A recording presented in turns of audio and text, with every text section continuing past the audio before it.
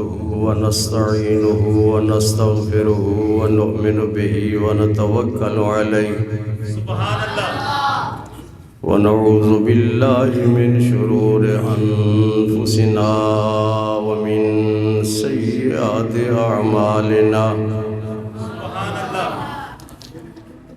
من يهده الله فلا مضل له ومن يضلله فلا هادي له ونشهد أن لا إله إلا الله وحده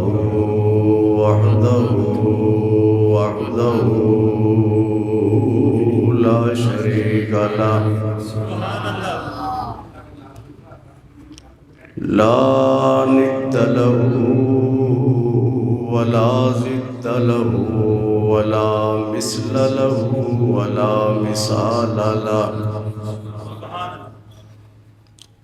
سرمدي أزلي أبدي دهري ديمومي لا أول له ولا آخر له ونشهد أن سيدنا وسندنا وحبيبنا وطبيبنا ومأوانا وملجأنا در الله المخزون سر الله المكنون نور الأفئدة والعيون سرور القلب المحزون عالم ما كان وما يكون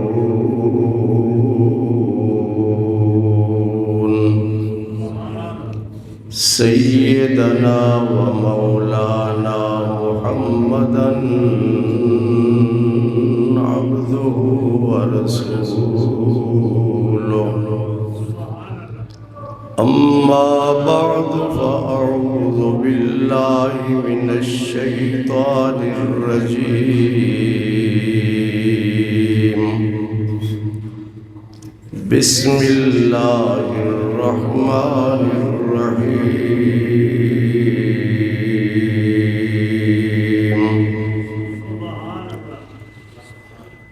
إذ يقول لصاحبه لا تحزن إن الله معنا صدق الله مولانا العظيم وبلغنا رسوله النبي الأمين الكريم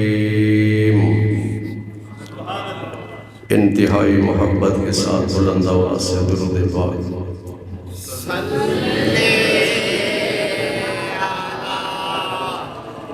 صلی علی نبینا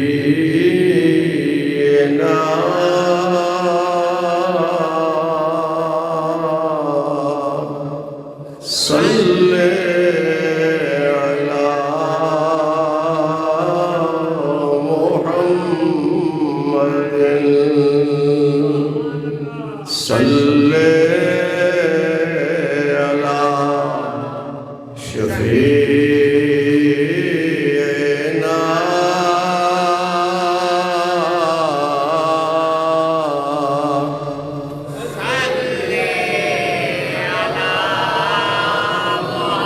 بلغ العلا بكماله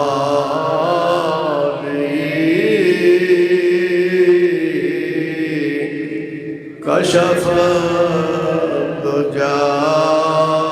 بجماله حسنت جميع خصاله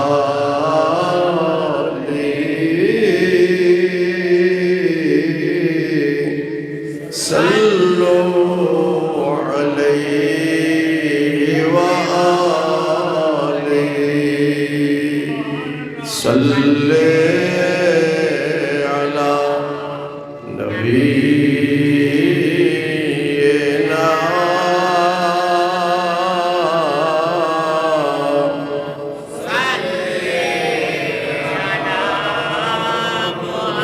خسف القمر بجماله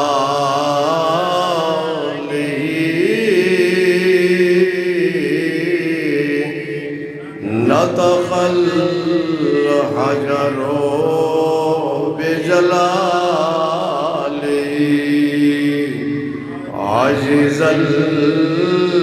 البشر بكماله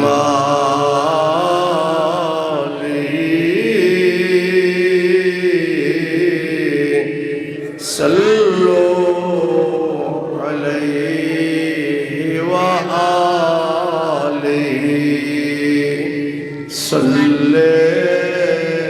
علی نبینا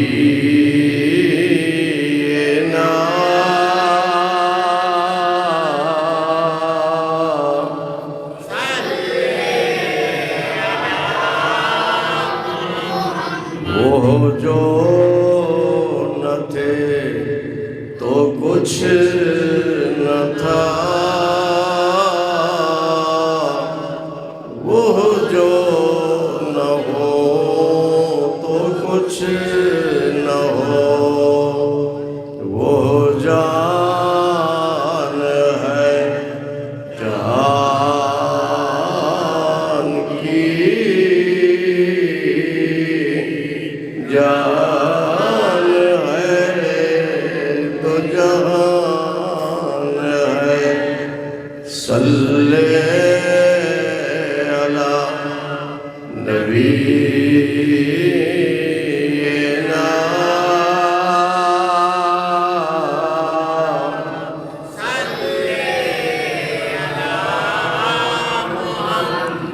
وہ کمال حسن حضور ہے کہ گمان نقص جہاں نہیں، یہی بھول خار سے دور ہے، یہی شمع ہے کہ دعا نہیں، صلی علی نبینا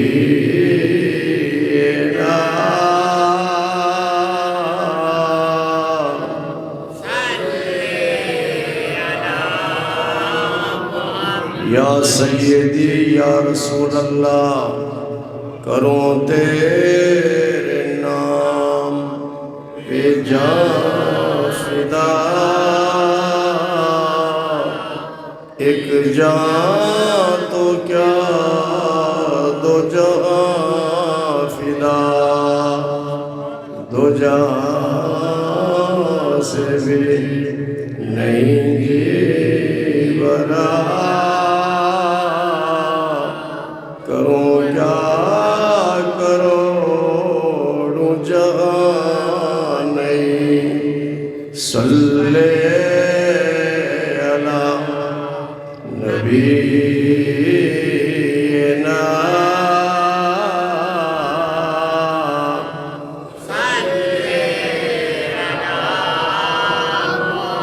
کروں مد اہل تو والرضا،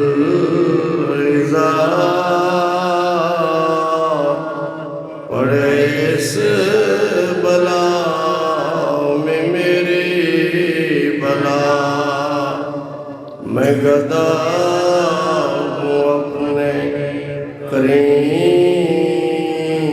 کا،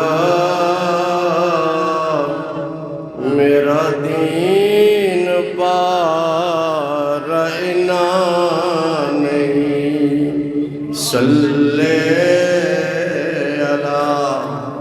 نبینا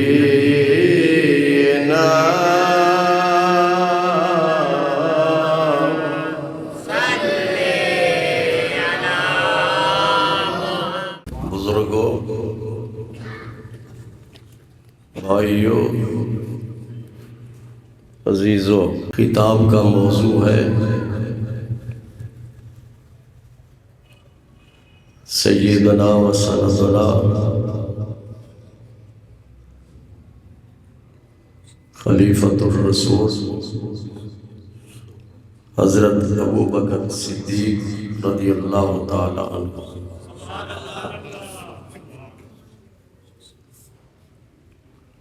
آپ کا وصال 22 جمادی الاخری کو ہے۔ یہ جو اسلامی مہینہ چل رہا ہے جمادی الاخری، اس کی 22 تاریخ کو آپ کا وصال ہے۔ اس مناسبت سے اس پورے مہینے میں انشاءاللہ تعالی آپ کا ذکر خیر ہوگا۔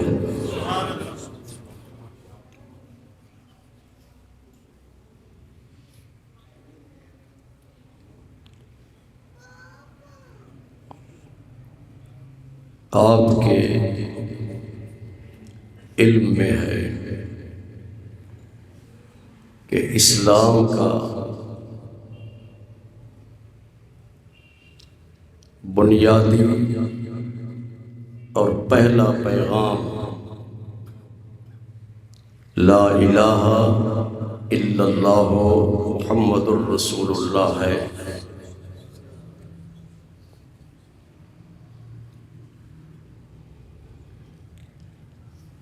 رحمت عالم نور مجسم صلی اللہ علیہ وسلم کو اللہ تبارک و تعالی نے نبوت سے اس وقت سرفراز فرمایا جبکہ حضرت آدم علیہ السلام کا جسم پاک تیاری کے مراحل میں تھا۔ آقا کریم صلی اللہ علیہ وسلم ارشاد فرماتے ہیں کنتو نبیوں و آدم بین الماء والطین، میں اس وقت بھی نبی تھا جبکہ آدم علیہ السلام کا جسم پاک تیاری کے مراحل میں تھا۔ میں اس وقت بھی نبی تھا، لیکن اس نبوت کا آپ نے اللہ کے حکم سے اپنی 40 سال عمر شریف مکمل کرنے پر اعلان اور اظہار فرمایا۔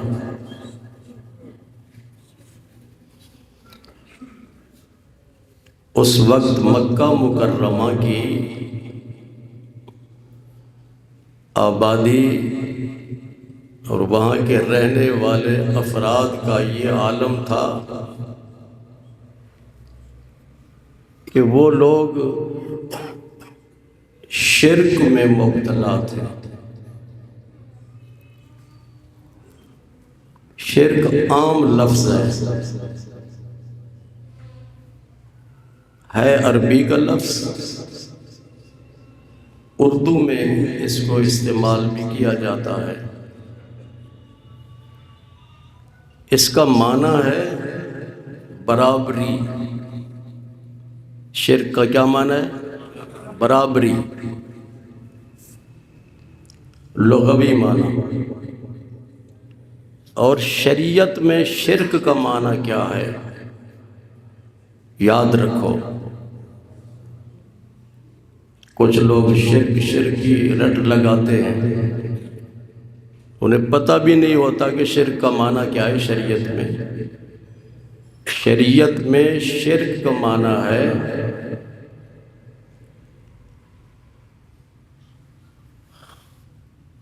الاشراک هو اثبات وجوب الوجود للغیر واستحقاق العبادت للغیر۔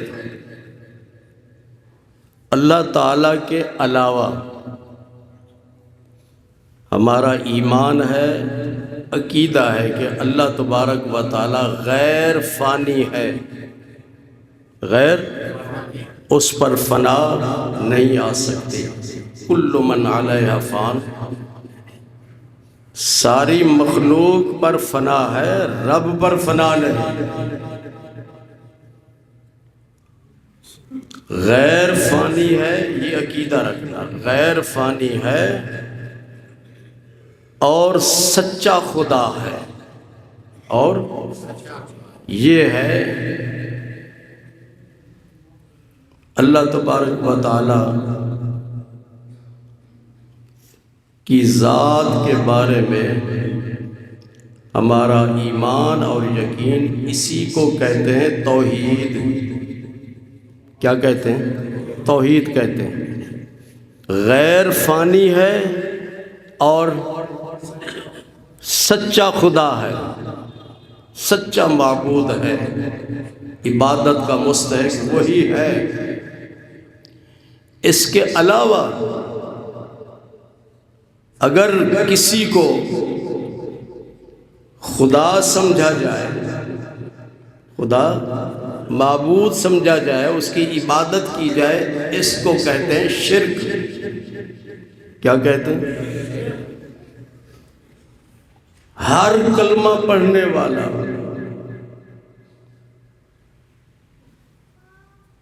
ضروری نہیں کہ وہ عالم ہو، جاہل بھی تو پڑھتے ہیں کلمہ پڑھنے والا۔ مسلمانوں میں سے جاہل ترین شخص بھی اللہ کے علاوہ کسی کو خدا نہیں سمجھتا، کہ نہیں؟ نہ نبی کو خدا سمجھتا ہے، نہ ولی کو خدا سمجھتا ہے۔ جب جاہل آدمی کسی نبی اور ولی کو خدا نہیں سمجھتا تو اس کو مشرک کیوں کہیں گے ہم؟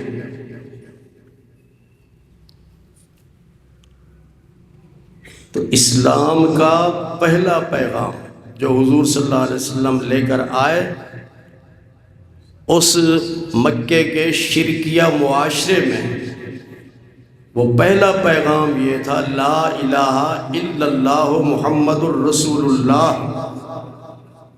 بٹ جی، اللہ کے بغیر پہلا پیغام کیا تھا؟ آپ نے پہلا پیغام یہ نہیں تھا کہ نماز پڑھو، پہلا پیغام یہ نہیں تھا کہ زکوٰۃ دو، پہلا پیغام یہ نہیں تھا کہ حج کرو، پہلا پیغام یہ نہیں تھا کہ صدقہ خیرات کرو، پہلا پیغام یہ تھا، لا الہ الا اللہ محمد الرسول اللہ۔ مکے کے رہنے والوں اور ساری کائنات میں رہنے والوں، یہ سن لو کہ اس کائنات میں صرف اللہ ہے جو سچا خدا ہے، اس کے علاوہ کوئی معبود نہیں ہے۔ مکے والے لات کو خدا سمجھتے تھے، منات کو خدا سمجھتے تھے، عزا کو خدا سمجھتے تھے، حبل کو خدا سمجھتے تھے۔ آقا کریم صلی اللہ علیہ وسلم نے اعلان فرمایا کہ اس کائنات میں نہ لات خدا ہو سکتا ہے، نہ منات خدا ہو سکتا ہے، نہ عزا خدا ہو سکتا ہے، نہ حبل خدا ہو سکتا ہے۔ کائنات کا کوئی فرد، کوئی بت، نہ سورج، نہ چاند، کوئی چیز بھی مخلوق کی خدا، سچا خدا نہیں ہو سکتی۔ آپ نے یہ اعلان فرمایا، ہر طرف سے آواز آتی تھی، کذبتا کذبتا، آپ جھوٹ بولتے ہیں، آپ معاذ اللہ جھوٹ بولتے ہیں۔ وہی مکے والے 40 سال مسلسل حضور صلی اللہ علیہ وسلم کے لیے جو لفظ استعمال کرتے تھے، 2 لفظ تھے۔ کیا تھے؟ کہتے تھے انت الصادق الامین، آپ سچے ہیں، کبھی بھی آپ نے جھوٹ نہیں بولا۔ امین، امانتوں کی حفاظت کرتے ہیں، بددیانتی نہیں کرتے۔ جی مانتے تھے، صادق بھی مانتے تھے اور امین بھی مانتے تھے۔ 40 سال تک جب آپ نے یہ اعلان کیا کہ مکے والوں سن لو، اللہ کے بغیر کوئی سچا خدا نہیں ہے، یہ جن کو تم نے خدا بنایا ہو یہ سب جھوٹے ہیں، 360 کے قریب بت تھے جی، پتھر کے بنے ہوئے، وہ بیت اللہ شریف کی دیواروں پر آویزاں تھے، ان کی وہ عبادت کرتے تھے۔ ہر قبیلے نے بھی اپنا اپنا ایک خدا بنایا ہوا تھا، پتھر کا بت بنا کر اپنے اپنے گھر میں رکھا ہوا تھا۔ تو حضور صلی اللہ علیہ وسلم نے فرمایا کہ اس کائنات میں سوائے اللہ کے کوئی سچا خدا نہیں ہے۔ تو کیا کہا ان لوگوں نے؟ عتبہ بھی کہتا ہے کذب تھا، شیبہ بھی کہتا ہے کذب تھا، معاذ اللہ، آپ جھوٹ بولتے ہیں۔ صرف ایک آواز تھی اس پورے معاشرے میں جس نے کہا صدق تھا، اور وہ آواز تھی حضرت ابوبکر صدیق رضی اللہ تعالیٰ عنہ۔ مردوں میں سب سے پہلے، جوانوں میں سب سے پہلے جس نے اسلام قبول کیا، سب سے پہلے تمام صحابہ سے پہلے جس نے اسلام قبول کیا وہ کون ہے؟ حضرت ابوبکر صدیق رضی اللہ تعالیٰ عنہ۔ اور خواتین میں سب سے پہلے جس نے اسلام قبول کیا حضرت خدیجہ الکبریٰ۔ غلاموں میں سب سے پہلے جس نے اسلام قبول کیا حضرت بلال، اور بچوں میں سب سے پہلے جس نے اسلام قبول کیا حضرت علی کرم اللہ تعالی وجہ الکریم۔ حضرت ابوبکر صدیق رضی اللہ تعالیٰ عنہ اسلام قبول کرنے سے پہلے، ابھی حضور صلی اللہ علیہ وسلم نے اپنے نبوت کا اعلان نہیں کیا تھا، آپ شام میں گئے تجارت کے لیے۔ کون؟ حضرت ابوبکر صدیق رضی اللہ تعالیٰ عنہ۔ تو وہاں انہوں نے خواب دیکھا، وہ خواب یہ تھا کہ چاند اور سورج میری جھولی میں آ گئے اور میں نے ان کو اپنے سینے سے لگا لیا۔ یہ خواب دیکھا۔ خواب دیکھنے کے بعد اب اس کی تعبیر پوچھنی تھی، اور یہ مسئلہ بھی یاد رکھو سب لوگ، جب کوئی خواب دیکھیں تو کسی عالم دین سے اس کی تعبیر پوچھیں۔ وہ خواب کسی گھر والے کو، کسی ان پڑھ جاہل آدمی کو نہ بتائیں، عالم دین سے اس کی تعبیر پوچھیں۔ تعبیر کے علم کے ایک ماہر گزرے ہیں ابن سیرین، ان کے زمانے میں ایک شخص نے خواب دیکھا کہ میری ایک ٹانگ مشرق میں ہے اور دوسری ٹانگ مغرب میں ہے۔ یہ خواب دیکھا تو اس آدمی نے بتا دیا لوگوں کو جو میں نے یہ خواب دیکھا، تو کسی نے کہہ دیا کہ پھر تم پھٹ نہیں گئے؟ ایک ٹانگ مشرق میں ایک ٹانگ مغرب میں تو بندہ تو پھٹ جاتا ہے۔ یہ کہنا ہی تھا کہ اس کے 2 ٹکڑے ہو گئے، مر گیا۔ لوگ حضرت ابن سیرین کی خدمت میں حاضر ہوئے، عرض کیا کہ اس طرح ایک آدمی نے خواب دیکھا تھا کہ ایک ٹانگ مشرق میں ایک ٹانگ مغرب میں ہے۔ تو آپ نے ارشاد فرمایا اس کی تعبیر یہ ہے کہ وہ شخص مشرق اور مغرب تک اس کی حکومت اور بادشاہی ہوگی، اس کی بادشاہی ہوگی۔ لوگوں نے بتایا کہ حضرت اس نے تو کسی کو بتا دیا اور اس آدمی نے ان کو یہ تعبیر بتائی کہ وہ پھٹا نہیں، اس کے تو 2 ٹکڑے ہو گئے۔ تو آپ نے ارشاد فرمایا اگر وہ کسی جاہل آدمی کو نہ بتاتا تو ان قریب اس کو اقتدار مل جاتا، اس کی بادشاہی مشرق سے لے کے مغرب تک ہوتی۔ تو یہ بات ذہن نشین کر لو جتنے بھی بیٹھے ہو کہ جب بھی خواب دیکھیں تو خواب کی تعبیر کے لیے عالم کی طرف رجوع کریں، کسی جاہل کو نہ بتائیں، کیسا بھی خواب ہو۔ تو حضرت ابوبکر صدیق رضی اللہ تعالیٰ عنہ نے جب یہ خواب دیکھا کہ چاند اور سورج میری جھولی میں آ گئے اور میں نے ان کو اپنے سینے کے ساتھ لگا لیا، تو اس کی تعبیر کے لیے اس وقت ایک ملک شام میں بہت بڑا پادری تھا، اس کے پاس آپ گئے، اس سے کہا کہ میں نے یہ خواب دیکھا ہے۔ تو اس نے کہا کہ تمہارا نام کیا ہے؟ بتایا کہ عبداللہ۔ کہاں کے رہنے والے ہو؟ مکہ مکرمہ کا۔ کس قبیلے سے تعلق ہے؟ تو انہوں نے کہا کہ میں ہاشمی ہوں، قریشی ہاشمی۔ اس نے کہا کیا کام کرتے ہو؟ تو انہوں نے کہا کہ میں تجارت کرتا ہوں۔ اس نے کہا کہ ان قریب آپ کے اس شہر میں ایک شخص آپ کے اس قبیلے سے اپنی نبوت اور اپنی رسالت کا اعلان کرنے والے ہیں۔ وہ آخری نبی اور آخری رسول ہیں، اور انہیں رب نے ساری کائنات کے لیے رحمت بنا کر بھیجا ہے، اور سب سے پہلے تم اسلام قبول کرو گے، سب سے پہلے تم اسلام قبول کرو گے اور ان کی نبوت اور رسالت کی تصدیق کرو گے۔ حضرت ابو بکر صدیق واپس آئے، درود شریف پڑھیے۔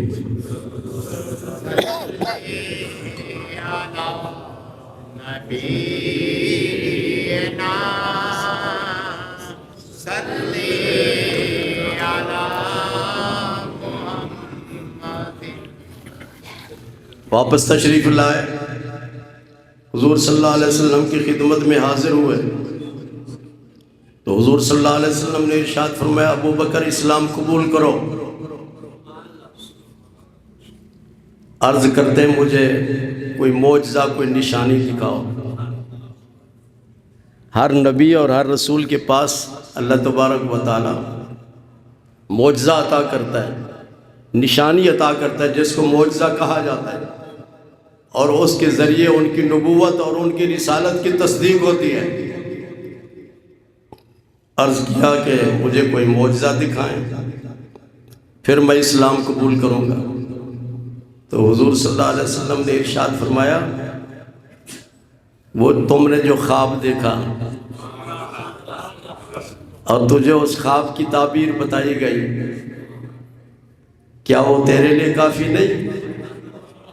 اللہ اکبر۔ حضرت ابوبکر صدیق رضی اللہ تعالیٰ عنہ نے فوراً کلمہ پڑھا، فوراً کلمہ پڑھا، کیونکہ انہوں نے یہ خواب اور خواب کی یہ تعبیر مکے والوں میں سے کسی کو نہیں بتائی تھی، ان کے سینے میں محفوظ تھی۔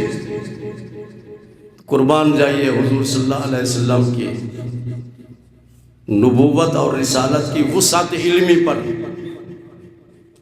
کہ نبی نہیں ہو سکتا جب تک کہ وہ غیب کی خبر نہ دے۔ ہر پوشیدہ چیز اس کے علم میں ہوتی ہے، اس سے کوئی چیز پوشیدہ نہیں رہتی، ہر چیز اس پر عیاں ہوتی ہے، ظاہر ہوتی ہے۔ اسی لیے نبی کا معنی، نبی عربی زبان کا لفظ ہے، کوئی ٹرانسلیشن تو ہونی چاہیے نا۔ نبی کا معنی اردو میں کیا ہے؟ نبی کا معنی ہے غیب کی خبریں دینے والا، پوشیدہ چیزوں کی خبریں دینے والا۔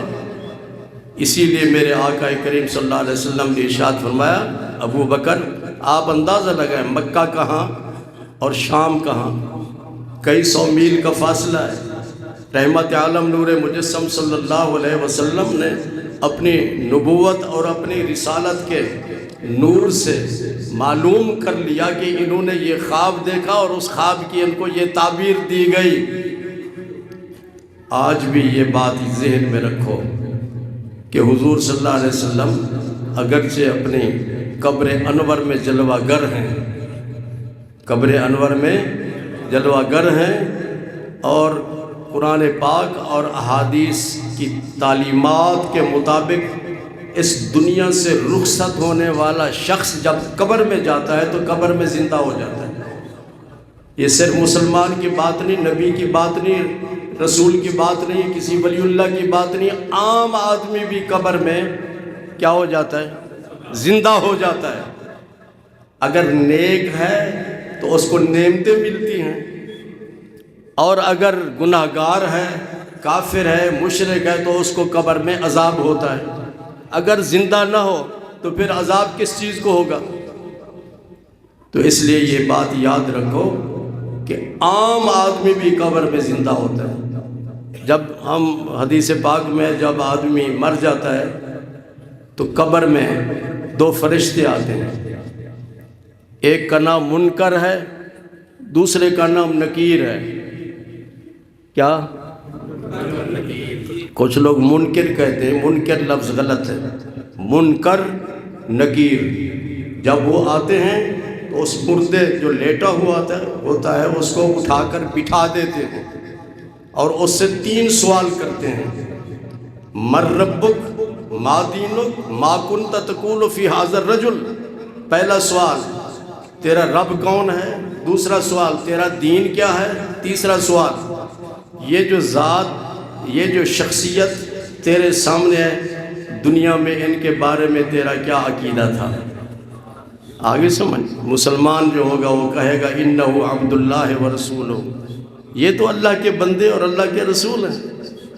ہم نے تو حضور صلی اللہ علیہ وسلم کو نہیں دیکھا جی، تو کیسے حضور صلی اللہ علیہ وسلم کو قبر میں پہچانیں گے؟ جس نے زندگی میں حضور صلی اللہ علیہ وسلم پر زیادہ سے زیادہ درود شریف پڑھا اور زیادہ سے زیادہ حضور صلی اللہ علیہ وسلم کا ذکر خیر کیا، زیادہ سے زیادہ حضور صلی اللہ علیہ وسلم کی سیرت طیبہ کا مطالعہ کیا، جب قبر میں جائے گا تو حضور صلی اللہ علیہ وسلم کی جب اس کو زیارت کرائی جائے گی تو پہچان لے گا۔ بات سمجھ آ گئی؟ تو ہر دنیا سے رخصت ہونے والا ہر شخص قبر میں زندہ ہوتا ہے، اور یہ تو اللہ کے نبی اور اللہ کے رسول ہیں جن کو اللہ تبارک و تعالیٰ نے ساری کائنات کے لیے رحمت بنا کر بھیجا ہے۔ تو آقا کریم صلی اللہ علیہ وسلم قیامت تک آنے والے تمام لوگوں کو آپ جانتے ہیں جی، کون مومن ہوگا کون کافر ہوگا، یہ حدیث پاک ہے۔ آپ ارشاد فرماتے ہیں انا اعلم من یؤمن بی ومن یکفر بی الی یوم القیامہ، کہ جو مومن ہوگا، جو مسلمان ہوگا، سرکار فرماتے ہیں کافر کو بھی میں جانتا ہوں، مومن کو بھی میں جانتا ہوں۔ تو ایمان کا تعلق، کفر کا تعلق کس سے ہے؟ دل سے ہے نا، کہ ماتھے پہ لکھا ہوا تھا کہ یہ مومن ہے یا کافر ہے، کسی کے ماتھے پہ لکھا ہوا ہے؟ تو حضور صلی اللہ علیہ وسلم قیامت تک آنے والے تمام انسانوں کے دلوں کی کیفیت کو جانتے ہیں کہ اس کے دل میں کیا چیز ہے۔ تو آقا کریم صلی اللہ علیہ وسلم مکہ میں تشریف فرما تھے اور حضرت ابوبکر صدیق ملک شام میں خواب دیکھ رہے ہیں، پھر ان کو تعبیر بھی بتائی جا رہی ہے۔ تو آقا کریم صلی اللہ علیہ وسلم نے فرمایا ابوبکر وہ معجزہ تیرے لیے کافی نہیں ہے؟ انہوں نے اسلام قبول کیا۔ تو آج کی تقریر کا خلاصہ یہ ہے کہ حضرت ابوبکر صدیق رضی اللہ تعالیٰ عنہ کی وہ شخصیت ہے جنہوں نے تمام صحابہ میں سب سے پہلے اسلام قبول کیا اور کلمہ شریف پڑھا۔ باقی مضمون انشاءاللہ آئندہ جمعۃ المبارک میں بیان کیا جائے گا۔ آپ لوگ ہر نماز کے بعد یہی دعا کریں کہ اللہ تعالیٰ ہمارے ملک کو استحکام عطا فرمائے، امت مسلمہ کو اتحاد عطا فرمائے، اور اس ملک کے ایک ایک چپا کو، زمین کے ایک ایک انچ کو امن اور سلامتی والا بنائے۔